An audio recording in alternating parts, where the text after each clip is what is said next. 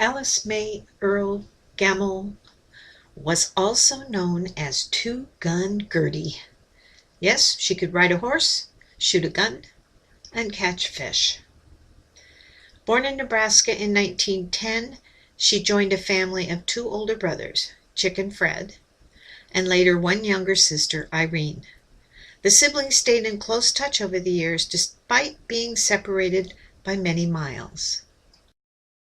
Their parents were Charles W. Earl and Jenny Price Earl.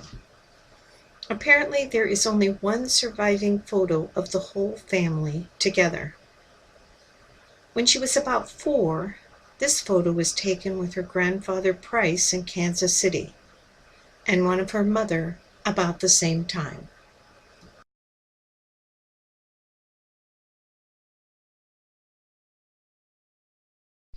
About 1922, an Assembly of God church was established at 14th and Myrtle Streets, just a few blocks from where they were living. Mom tells how she and her mom pulled Irene in a wagon to church.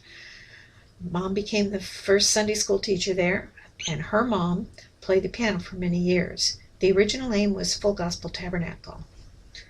Reverend Glanville was the first pastor.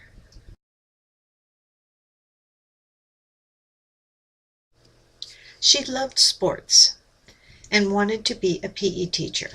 This very faint photo shows her with a tennis racket. Apparently, the people in the church thought her tennis skirt quite scandalous when it appeared in the newspaper. Unfortunately, the normal school closed when she was ready to attend, so instead of college, she went to work as a bookkeeper.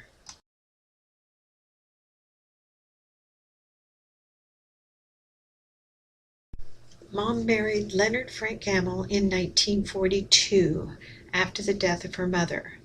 They had known each other for over 10 years, meeting at the church. He was also a friend of her older brother, Chick.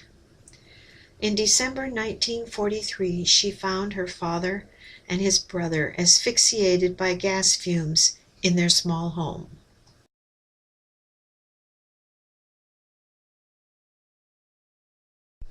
The following April, she gave birth to Stephen James Gamel.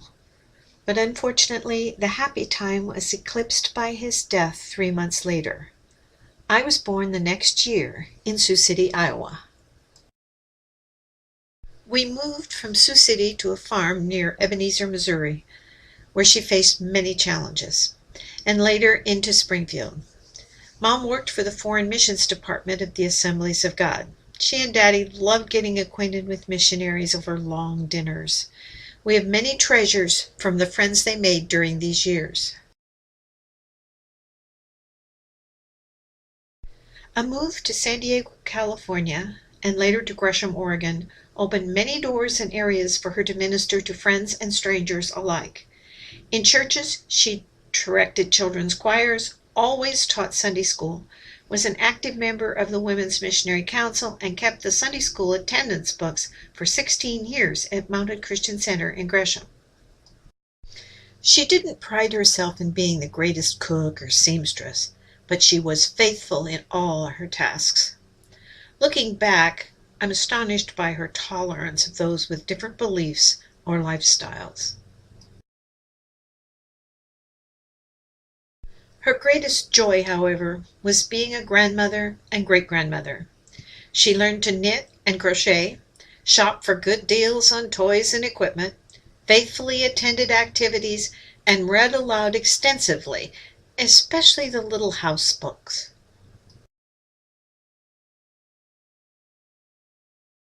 In 1986, an Earl family reunion was held in Gresham.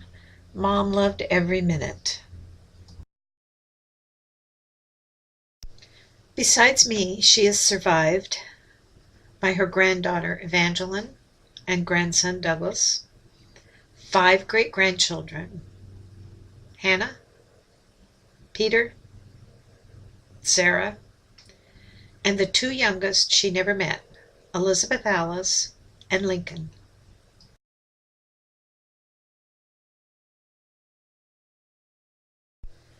Her 90th birthday brought friends and family from miles away to celebrate, including Joan and Judy,